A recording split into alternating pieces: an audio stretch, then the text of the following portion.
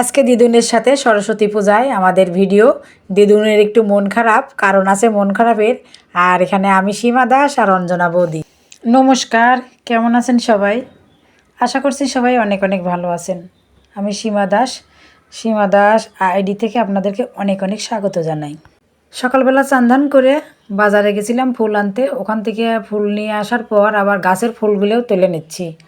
গাছেও আজকে ভালোই ফুল ফুটছে, জবা, সাদা জবা, লাল জবা সবই ভালোই ফুটছে আজকে। যাই হোক, পূজাটা ভালোই হবে।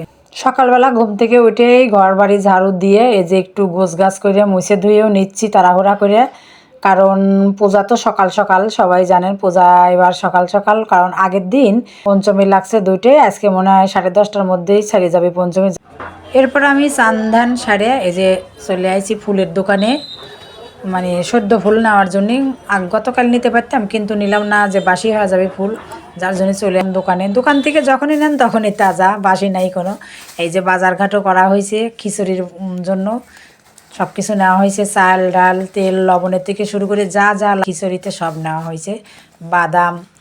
যাই হোক, খিচুড়ি রান্না করতে যা যা লাগে সব কিছুই আনা হয়েছে। এই যে বাদাম, আর এদিকে ফল ফলাদি যা লাগে, কলার পাতাও কেটে নিছি, বাসায় আছে কলার গাছ।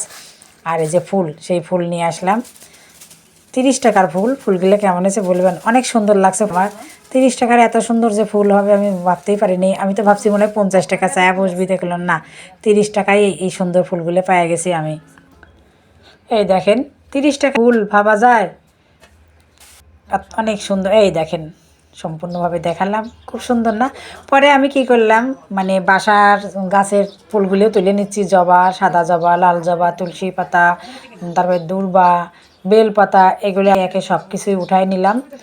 ওই যে আজকে কিন্তু অনেক ফুল ফুটছিল, অনেক অনেক অনেক, মানে মন ভরা ফুল। ফুল যেদিন বেশি ফুলতে অনেক ভালো লাগে, আর আজকে তো সরস্বতী পূজা, আজকে বেশি ভালো লাগতেছে, বেশি ফুল পায়। তো যাই হোক, এদিকে বৌদি লুচি ভাজতেছে, আর আমি ওইদিকে এটা ওটা আগায় উগায় দিই। আমাদের ছোটো বৌদি ফল ফলাদি কাটার থেকে শুরু করে, সে ঘট বসানোর থেকে শুরু করে সব কিছু করে নিছে।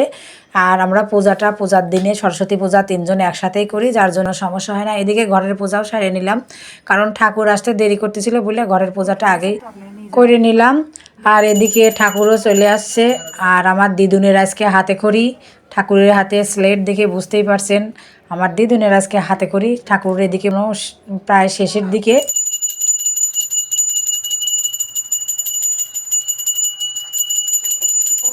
দিদুনের মাথায় তাপ দিয়ে দিচ্ছে দিদুনের দিদিয়া, আর ঠাকুর এদিকে পূজা সমর্পণ করছেন।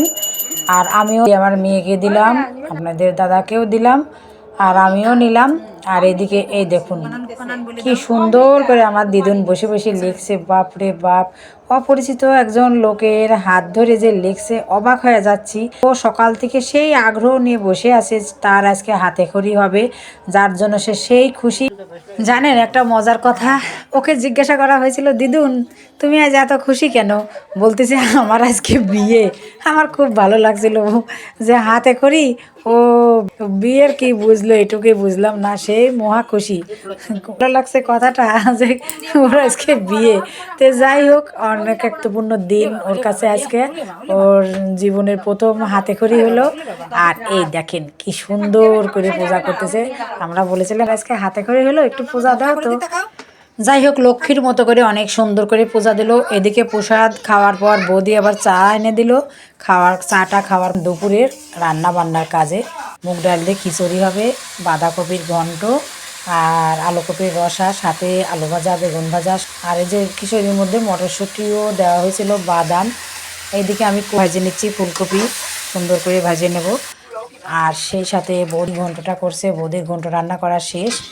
আর আমার এই দিক খিচুড়ি আর ফুলকপির রসা হলে রান্নাও শেষ হয়ে যায়। এই দেখুন ফুলকপির রসা। তো সবাই ভালো থাকবেন। আর ভিডিওটা কেমন লাগলো, যে খিচুড়ি হয়ে গেছে, ভিডিওটা সবাই বলবেন, আর পরিবারের সবার প্রতি যত্ন নেবেন, খেয়াল রাখবেন। টাটা।